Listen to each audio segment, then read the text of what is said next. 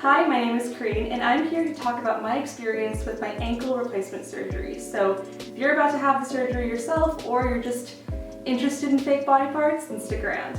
So to give you some backstory, I was diagnosed with juvenile rheumatoid arthritis when I was a kid, and I got the surgery when I was 20 years old, so a few years ago. By the time that I got the surgery, things were really painful, and I also couldn't walk, so for me the surgery was the next step. So if you don't know what an ankle replacement surgery is, basically during the surgery they remove the damaged joint in its entirety and they replace it with a prosthetic ankle, so kind of like replacing a bad part in a car. The great thing about this ankle prosthetic is that it allows you to retain your up and down ankle movement. So unlike an ankle fusion where you're sort of stuck at 90 degrees, this ankle actually allows you to move up and down. So this is video of my ankle before the surgery. As you can see, I can't move it up and down, I can just move my toes. And at this point, it was also extremely painful. And now for the surgery itself. So for me, the surgery was a one-day process. As soon as I got to the hospital, this started that whole painkiller process. So here's some fun footage from that. Obviously, you're asleep when the surgery is happening, and then when you wake up, your foot's already in a cast.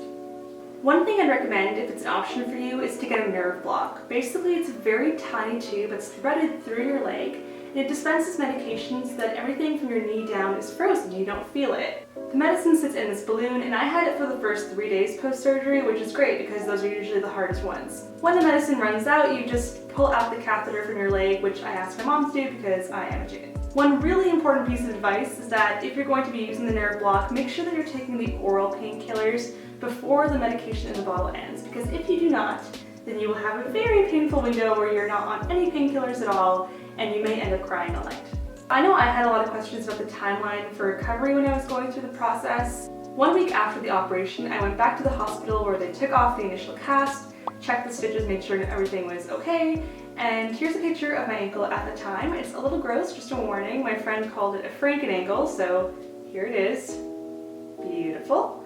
Then they put on a new cast, and you wear that cast for a month. Another recommendation I have is to ask for the metal stirrup, which you see here attached to my cast. The stirrup actually redistributes the weight, so you're not applying pressure directly to your ankle, and trust me, it was so helpful. So a month later, you go back, they take off your cast, make sure everything is in order, and you get upgraded to an air cast, which is the boot that you see here.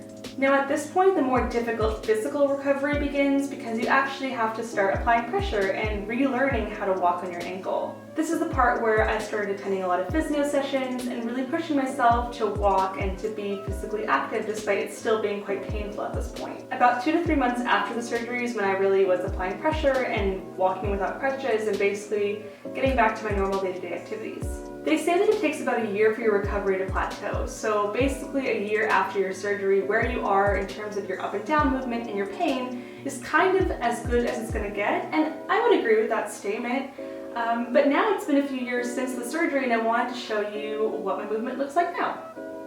So here's a video of me walking normally. I know this seems like a small thing, but when there's a point in your life where you're not walking at all, things like this are really exciting.